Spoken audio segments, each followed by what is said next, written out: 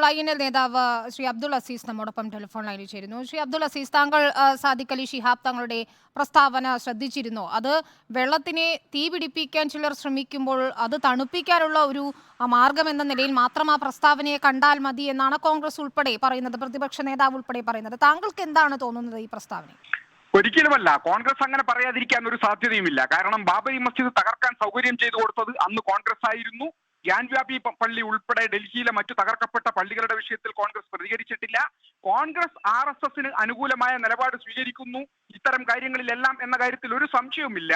എന്നാൽ മുസ്ലിം ലീഗിനെ സംബന്ധിച്ചിടത്തോളം സമുദായത്തിന്റെ രാഷ്ട്രീയ പ്രസ്ഥാനം എന്ന നിലയിൽ ലീഗും പാണക്കാട് സാദിഖ് അലി ശിഹാബ് തങ്ങളും ഇത്തരമൊരു പ്രസ്താവനയുമായി രംഗത്ത് വരാൻ പാടില്ലാത്തതാണ്.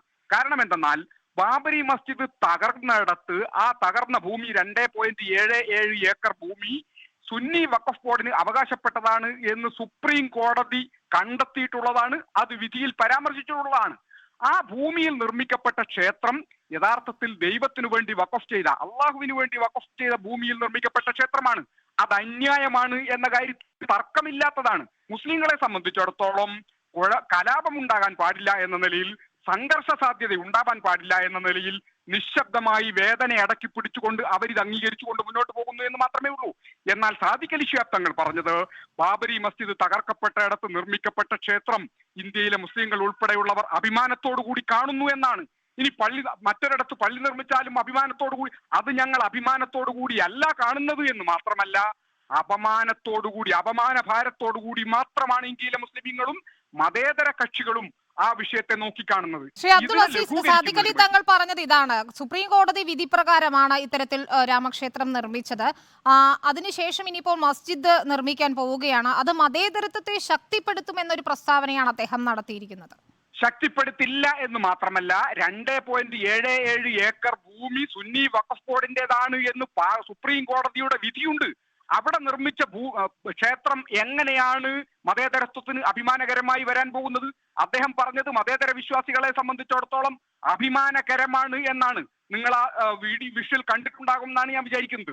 അതും മതേതരത്വത്തിന് അഭിമാനകരമല്ല എന്ന് മാത്രമല്ല, ഇന്ത്യയിലെ മതനിരപേക്ഷതയെ വലിയ തോതിൽ വെല്ലുവിളിക്കുകയും അപമാനകരമാക്കപ്പെടുകയും ചെയ്ത സാഹചര്യമാണ്. മുസ്ലിം സമുദായത്തെ സംബന്ധിച്ചിടത്തോളം ഒരു വഖഫ് ഭൂമി എന്ന് പറയുന്നത് അവരുടെ കാലാകാലം ദൈവത്തിനു വേണ്ടി സമർപ്പിക്കപ്പെട്ട ഭൂമിയാണ്.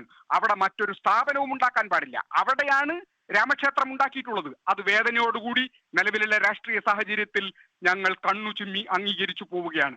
പക്ഷേ അഭിമാനകരമാണ് എന്ന് പറയുന്നത് ആ പറഞ്ഞയാൾക്ക് ഈ സമുദായത്തോടോ സമുദായത്തിന്റെ വിശ്വാസ സംഹിതയോടോ കമ്മിറ്റ്മെന്റ് ഉണ്ടോ എന്ന കാര്യത്തിൽ ആശങ്ക ഉയർത്തുന്ന തരത്തിലുള്ള പ്രസ്താവനയാണ് വന്നിരിക്കുന്നത്.